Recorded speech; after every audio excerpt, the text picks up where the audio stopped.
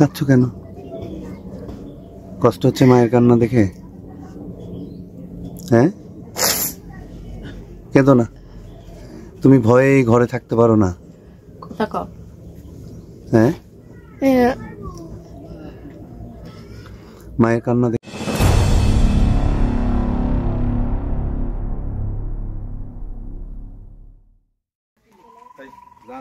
এই ঘরে থাকেন?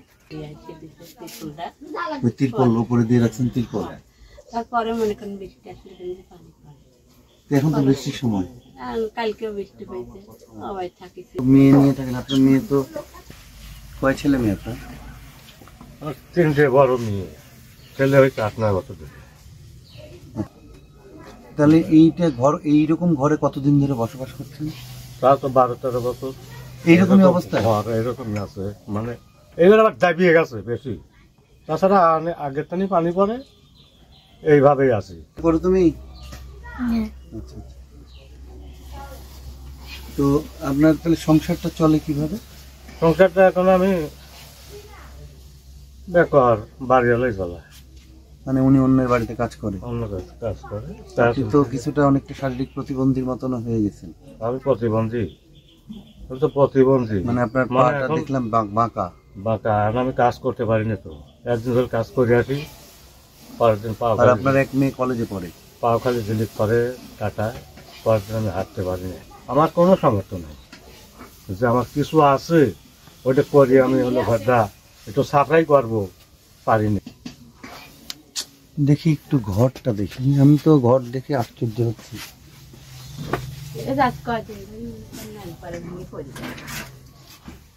মানে এই যে বৃষ্টির মধ্যে আপনারা কি ভাবছেন যে এটা আসলে কোনো গোয়াল ঘর?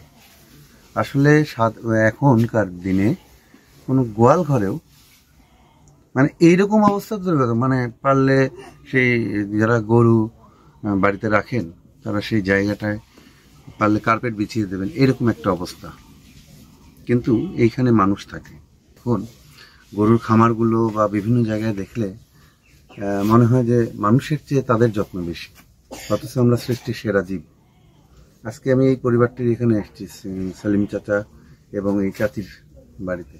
এই ঘরটাই মেয়ে থাকে এবং মেয়ে ছেলেকে নিয়ে তারা এই ঘরটা থাকে।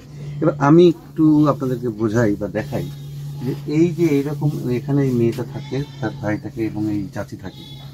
এই ঘরের অবস্থা চারিদিকে ফাঁকা এবং এইখানে কাপড় দিয়ে, জানালা নেই, কাপড় দিয়ে ঢেকে দেওয়া হয়েছে এবং ফুটো, চারিদিকে ফুটো। ঘরের এই যে এইখান থেকে এটা ভেঙে পড়েছে, একেবারেই ভেঙে পড়ছে। মানে এটা কি বলবো যে তারা বৃষ্টি আসলে উঠে বসে থাকা ছাড়া তাদের কোনো উপায় থাকে না।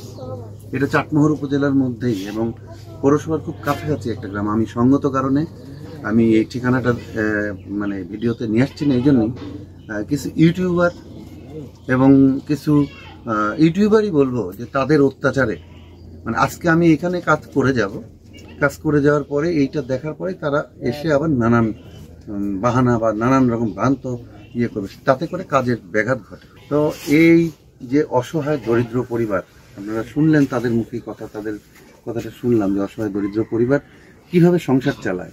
এই চাচি, ইনি অন্যের বাড়িতে কাজ করেন, অন্যের বাড়িতে কাজ করেন, কাজ করে এই সংসারটা চালান। তাদের ঘর সারার মতন কোনো টাকা পয়সা তো দূরের কথা, মানে বিশ্রী একটা অবস্থার মধ্যে বসবাস করেন। তো এইটা যে বৃষ্টি আসলে তখন তো যদি অনেক রাত্রিবেলা বৃষ্টি আসে, আমরা এই জায়গা 3 মাসে ছাতি মরিতে বসে থাকি। তো ছাতি মানে এই ঘরের মধ্যে? হ্যাঁ, ঘরের ভিতর ছাতি দিয়ে কাগজ মাগজ জড়াইয়া, বিছানা দিয়ে কাগজ টাগজ জড়াইয়া এখানে বসে থাকি। বিছানা ভিজে যায় না? সব তো ভিজে যায়, সব ভিজে যায়। ভিজে যাওয়ার পরে মনে করেন আমরা এগুলো টান দিয়ে জোগালিয়ে ছাতে মরি দিয়ে কাগজ দিয়ে বসে থাকি, যেন বৃষ্টি ছাড়িয়ে যায়, যেন আবার পারি টারি। তারপরে মনে করেন যে আমি তার সুর এভাবে মনে করেন যাই প্রায় 5-7 বছর ধরে মনে করেন চলতে, 10 বছর হয়ে গেছে। আজ এই ঝড়ে মনে করেন একবারে দাবি গেছে। এইভাবে তো মানুষ বাস করে না। কি করবো বাবা, আমার চলাই লাগবে। চাল পালাও না খাওয়া তুমি পারিনি, থাকাও লাগবে। আমি যদি সংসারে না কাম করে আমার ছেলে মেয়ে না খায় থাকে, আর মেয়েটাকে পড়াচ্ছি, ছেলেটাকে পড়াচ্ছি, মনে করেন এই ইউরোপের চালিয়ে মনে করেন পড়াচ্ছি। আর সরকারে কইছি যাকে আমি এরকম অসহায় মানুষ, আমি কিছু টাকা আপনার শর্ট কাটা লাগবে, পরে কিছু টাকা নেয়নি সারা, না নিয়ে আমার মেয়েটাকে ভর্তি করছে। আবার এটা তো ভেঙে পড়ে যাওয়ারও ভয় আছে। আপনি তা যে তো স্যার আছে, আপনি যে শুয়ে আছেন, যে এইখানে যদি এটা ভেঙে পড়ে যায়, যে টিনের যে অবস্থা। আমার সাওয়ালরা ওই ছেলেটা আমার বাড়িতে থাকে না, ওই এক দোকানে থুইছি, ওই দোকানদার বাড়ি থাকে। কতদিন ধরে কয় ভয়, আমি ভয় করে ভেঙে যাবে জন্য আজ কয়দিন ধরে মনে করেন আমার ছেলেটা থাকে না। পরে মনে করেন ওই ছেলে ওই মানুষের বাড়ি থাকে, আর মেয়েটা মনে করেন মানুষের বাড়িতে এনে সার, এখন করে যুগ খারাপ, এই জন্য নিজের কাছে রাখি, এই জন্য নিজের কাছে রাখি। ওই ছেলেটা ওই একটা ছেলের কাছে থাকে, দোকানে থাকে, ওই ছেলের কাছে। ওই দোকানের মধ্যেই থাকে ছেলেটা? না, ওই বাইরে নিয়ে যায় ওই ছেলেটা। মানে এই ভেঙে পড়ার ভয়ে ওর ভয় করে? হ্যাঁ, পরে ওই দোকানদার ওই চেংটা নিয়ে যায়, বাড়িতে রাখে, রাতে খাওয়ায়। মনে করেন আজ পরে 15-20 দিন ধরে ওই ছেলে ঈদিন মিদিন যেন মনে করেন ওই ছেলে বাড়ি থাকে না। আর মেয়েটা কারোর বাড়ি দেয় না, মেয়েটা নিজের কাছেই রাখে চায়, আর আমার বাড়ি লবণে থাকে। না, এটা আসলে কি বলবো, যত দেখছি যত শুনছি ততই আশ্চর্য হচ্ছে। মানে আপনাদেরকে আরেকটু দেখো, এই ঘরের যে পরিস্থিতি, টিনগুলো ঝুরঝুরে হয়ে গেছে একবারে। উপরে তিরপল দেয়া, পানি পড়লে তারা ছাতা ধরে বসে থাকে, আর উনি ওইখানে ছাতা ধরে বসে থাকে। এই একটা ঘর, এইটুকু একটা ঘর, এইটুকু কত 10-12 হাত হবে ঘর, 12 হাত কি 14 হাত, 12 হাত ঘর হবে। চারিদিকে ফাঁকা, ওনারা মা মেয়ে থাকে এখানে। শ্রীতে পড়ুয়া যে ছেলেটা, সে এই কিছুদিন ধরে অন্যের এক দোকানদারের বাড়িতে থাকে, ভয়ে যেন ঘরটাও মাথার উপর ভেঙে যদি পড়ে, এই ভয়। তো আসলে ওই যে গরুর গোয়াল আর মানুষের গোয়াল, আমি বলবো এটা মানুষের জন্য গোয়াল। যে মানুষ সৃষ্টির সেরা জীব, সেই মানুষকে প্লিজ একটু এগিয়ে আসুন, এই পরিবারটার জন্য একটা ঘরের ব্যবস্থা করে দিই। মানে স্তম্ভিত হওয়ার মতন একটা বিষয়, এবং সর্বোপরি চোখে না দেখলে কেউ বিশ্বাস করবে না। এর আগেও বেশ কিছু ঘরের এরকম দেখেছি, বা এই কিছুটা এরকমই। তো মানে খারাপ লাগছে এইভাবে যে মানুষ বাস করে এখানে, যে এখানে গরুর গোয়ালের চেয়ে তো করুণ পরিণতি এই ঘরটার। আমার মেয়েকে, আমার একটা কলও নাই, ওই যে আমার ওই বাড়ি যায় গোসল করে ওই বাড়ি কাপড় চাপড় চালিয়ে হয়তো আসে, তাছাড়া আসে না। ওই মাছের বাড়ি যায় মনে করেন, ওই সতর ওই মিষ্টি বাড়িতে টিউবওয়েলও নাই? না, আমার কিচ্ছু নাই।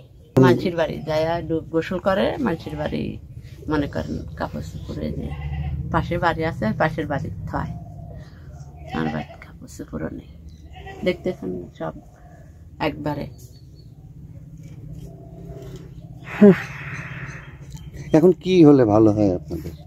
আমার কথা যে আমাকে একটা ঘর করে দিলে পারে আমি খুশি। ছেলে মেয়েটা নিয়ে আমি এই ভাঙা ঘরে থাকি, এই কষ্টটাই আমার। আর আমার এই ছেলেটা মানুষের বাড়ি থাকে, আমি মানুষের বাড়ি আজ 1 মাস ধরে তুই দিচ্ছি। আমার একটাই ছেলে মানুষের বাড়ি তুই, খালি এই ঘরের লেগে ভয় করে থাকে। আমার একটা ছেলে আমি কারোর কাছে যাইনি, তারপরে কয়টা রাত ধরি, রাত দিনের বেলা, রাত্রি 9টার সময় যায় ওই বাড়ি, যা দেখে আসি, টাকা দিয়ে আসি যে বেটা তুমি কিছু খাও। তারপরে মনে করেন এই ছেলেটা কতদিন ধরে ভয় কয় আমি এই ঘরে থাকবোই না। এই জন্য মনে করেন যে আমি আপনার কাছে একটা অনুরোধ, আমার একটা ঘর দিয়ে দেন, আর আমার একটা মনে করেন গোসল করা হলে পরে আমি আর কিচ্ছু চাইনি, নেড়ে তেনে এরকম একটা ঘরে থাকি। এত বড় একটা মেয়ে বিয়ে, এই দিয়ে আফসোস আপনার কাছে জোড়াত করে যাচ্ছি। সেটাই দেখি, চেষ্টা করে দেখি কি করা যায়। কি নাম তোমার? কাঁদো কেন? হ্যাঁ, কাঁদো কেন? কি হয়েছে তোমার? কথা কও। হ্যাঁ, কাঁদছো কেন? কষ্ট হচ্ছে মায়ের কান্না দেখে? হ্যাঁ, কেঁদো না, তুমি ভয়ে ঘরে থাকতে পারো না। কথা কও। হ্যাঁ, মায়ের কান্না দেখে কষ্ট হচ্ছে।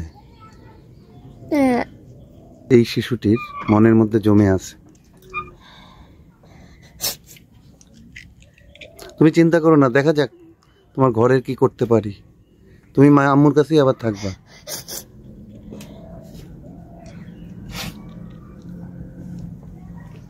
হ্যাঁ, তুমি আম্মুর কাছেই থাকবা,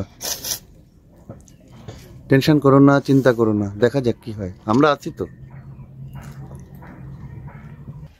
চিন্তা করবেন না, দেখি আমরা সবাই মিলে যদি চেষ্টা করি কিছু না কিছু একটা। খারাপ লাগে, খুব খারাপ লাগে। মনে হয় খারাপ লাগে, মানুষরা গর্বের সাথে খারাপ না থাকতে জীবন দিয়ে জীবনে রাখবো। মানুষ নাকি মানুষ না, অবশ্যই আপনি মানুষ। মানুষ যদি মানুষের দেখতো, মানুষ না কেউ দেখে দেয় আমাকে, কেউ করে মানুষ হতে পশুর সাথে খারাপ জীবন দিয়ে থাকে।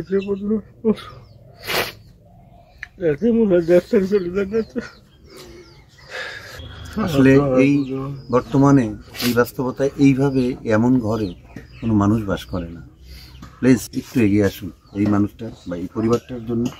একটু আগে শুনলেন এই বাচ্চাটার কান্না, তো কি বলবো যে আসলে মা ছেড়ে এই ঘরের ভয়ে, ঘর ভেঙে যদি পড়ে মারা যেতে পারে এই ভয়ে সে অন্যের বাড়িতে থাকে, এবং তার যে কষ্ট, মায়ের কাছে ঘুমোতে পারে না।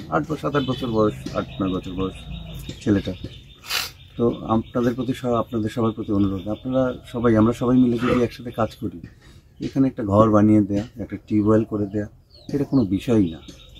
এরকম অনেক দিয়েছেন আপনারা এর আগে, যারা এগিয়ে এসছেন বিগত দিনগুলোতে, যারা আমার বেশ কিছু ভিডিওতে বা বেশ কিছু আহ্বানে সাড়া দিয়ে এগিয়ে এসছেন, আমি আবারও তাদের প্রতি আহ্বান জানাবো, অনুরোধ করবো, আপনারা এগিয়ে আসুন, এই একটা ঘর, একটা টিউবওয়েলের ব্যবস্থা করে দিন। এই মানুষটা, এই অসহায় দুস্থ মানুষদের মানে মানসিক যন্ত্রণা, মনের ভয় দূর করে।